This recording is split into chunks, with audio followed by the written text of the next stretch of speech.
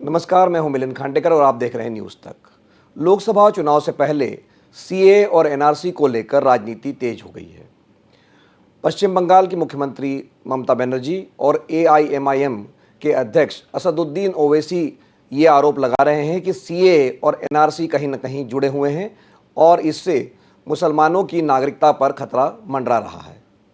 आज एक और थ्योरी इसके विरोध में पेश की दिल्ली के मुख्यमंत्री अरविंद केजरीवाल ने।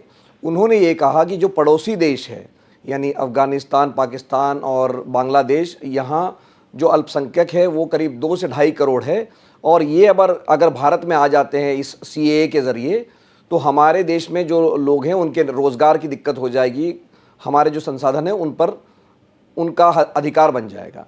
तो ये 2 अलग अलग आधारों पर इस सीएए कानून का विरोध हो रहा है। नमस्कार, मैं हूं मिलिंद खांडेकर। आज हम बात करेंगे कि सीएए क्या है और एनआरसी क्या है और इनका विरोध क्यों हो रहा है। तो सबसे पहले तो बात कर लेते हैं कि सीएए क्या है। सीएए का फुल फॉर्म है सिटीजन्स अमेंडमेंट एक्ट। ये 2019 में भारत की संसद ने पारित कर दिया था। ये कानून करता क्या है?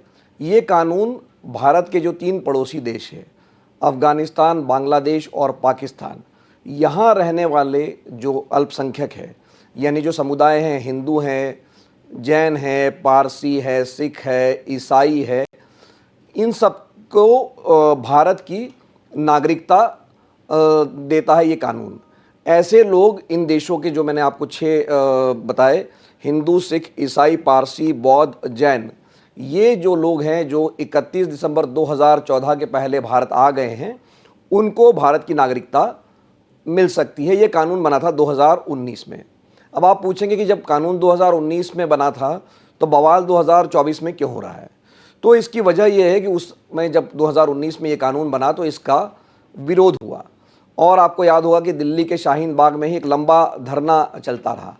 तो इस विरोध के बाद में कोरोना वायरस आ गया पूरी दुनिया में, देश भर में लॉकडाउन लग गया और ये जो सीएए एनआरसी के विरोध का जो मसला था ये एक तरह से ठंडे बस्ते में चला गया।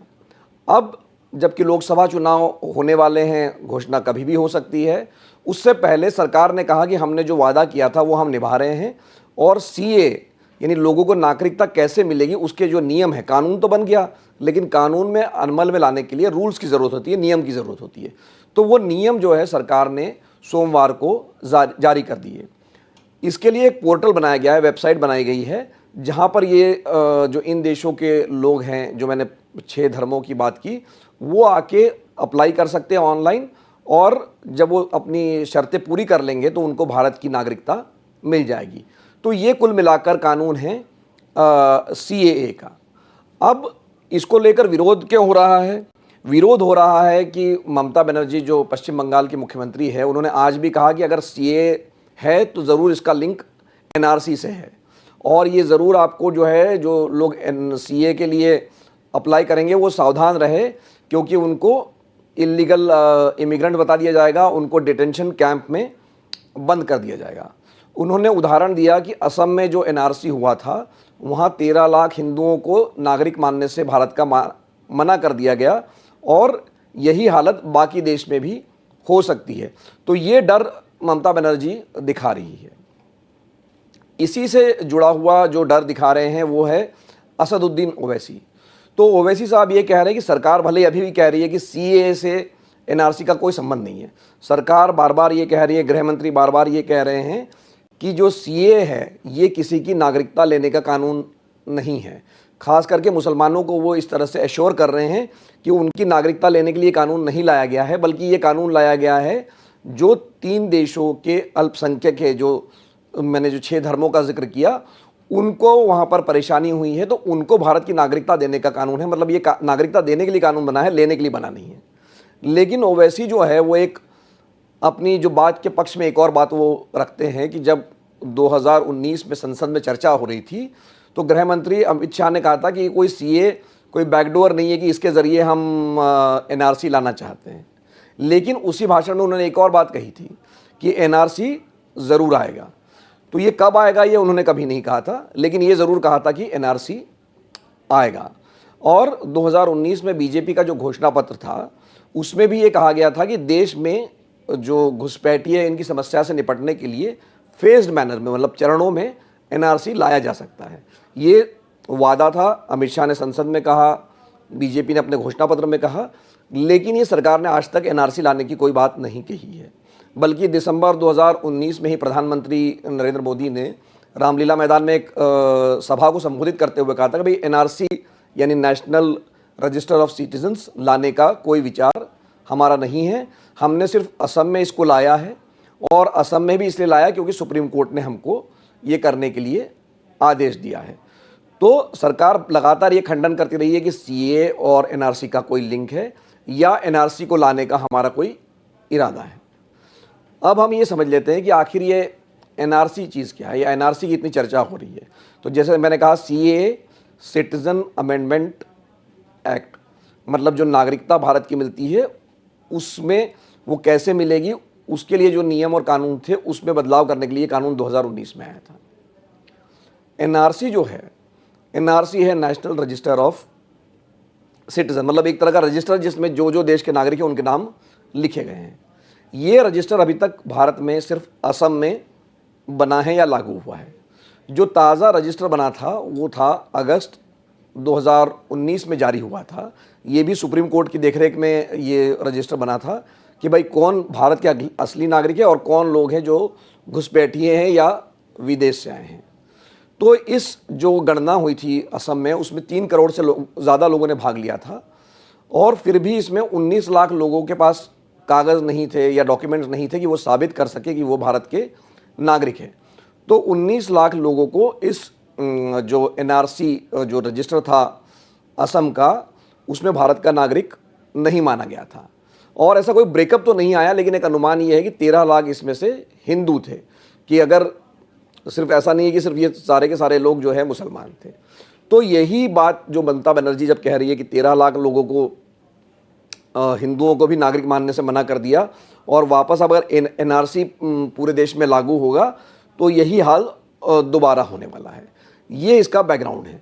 असम में जो एनआरसी लागू करने का कारण ये था कि असम में एनआरसी जो लागू हुआ था उसका इतिहास मैं आपको बता देता हूँ कि 1951 में सबसे पहले, चूँकि ये ईस्ट पाकिस्तान उस समय होता था जो अब बांग्लादेश बन गया है, उसकी और असम की सीमा मिलती थी, तो वहाँ के लोगों की आवाजाही होती थी। तो एक 1951 में असम में एक रजिस्टर बनाया गया। उसके बाद में भी ये 1980 के बाद में एक आंदोलन चला छात्रों का वहाँ पर, और 1986 में एक समझौता हुआ केंद्र सरकार और असम के इन संगठनों के बीच में, छात्र संगठन के बीच में, कि वापस से हम गिनती करेंगे, और जो अवधि थी वो 1971 तक बढ़ा दी गई जब बांग्लादेश की लड़ाई हुई थी। तो ये जो 2019 में जो रजिस्टर आया था ये उसी के आधार पे बना था, लेकिन बाकी पूरे देश में कहीं पर भी एनआरसी लागू करने की कोई बात कभी हुई नहीं है। अब आइए जो बात केजरीवाल साहब ने कही है, तो केजरीवाल ये कहते हैं कि भाई 2 से 2.5 करोड़ लोग हैं जो अल्पसंख्यक हैं, जो कि बांग्लादेश में हैं, अफ़गानिस्तान में हैं और पाकिस्तान में हैं।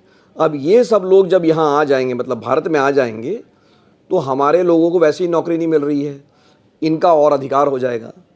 लेकिन इस दावे में एक दिक्कत ये है कि ये जो कानून है ये 31 दिसंबर 2014 तक जो लोग आ गए हैं उन्हीं पर लागू होता है। उसके बाद आने वाला, मतलब कल को या आज को कोई पूरे लोग वहाँ से चले आएंगे, उनको भारत की नागरिकता नहीं मिलने वाली। कानून बड़ा साफ कहता है कि 31 दिसंबर 2014 तक जो लोग आ चुके हैं भारत में उन्हीं को नागरिकता मिलेगी।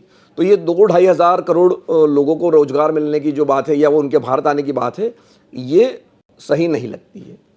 दूसरी बात, मैं एक और बात बता दूं कि अभी भी सरकार की तरफ से भी कोई अनुमान नहीं दिया गया है कि इस कानून के आने से कितने लोगों को भारत की नागरिकता मिलेगी। एक रिपोर्ट आई थी जो जॉइंट पार्लियामेंट्री कमेटी की, तो उसमें तो आईबी के हवाले से कहा गया था कि 31,000 लोगों को भारत की नागरिकता इस कानून से मिल सकती है।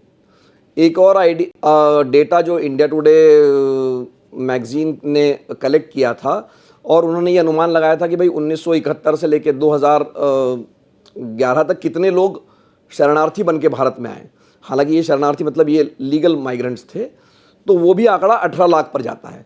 तो मेरा कहने का आशय ये है कि अभी तो सरकार के पास भी कोई आंकड़ा नहीं है कि कितने लोगों को नागरिकता मिलेगी, लेकिन ये 2-2.5 करोड़ लोगों को नागरिकता मिल जाएगी भारत की, ऐसा प्रथम दृष्टया नहीं लगता है। अब हम आखिर में वापस लौटते हैं सीए के ऊपर कि सीए का एक तो विरोध ये राजनीतिक हो रहा है, उसको जो एनआरसी से लिंक करके विरोध किया जा रहा है, लेकिन इस कानून को सुप्रीम कोर्ट में भी चुनौती दी गई है। सुप्रीम कोर्ट में इसकी सुनवाई 2022 के बाद से नहीं हुई है। सुप्रीम कोर्ट को ये फैसला करना है कि ये संविधान के खिलाफ है कानून या संविधान के तहत ये कानून ठीक है। तो इसके लेकर कोई 200 पिटिशंस लगी हुई है, इंडियन मुस्लिम लीग ने लगाई है, लेफ्ट पार्टियों ने लगाई है, जयराम रमेश, बहुत सारे याचिका करता है।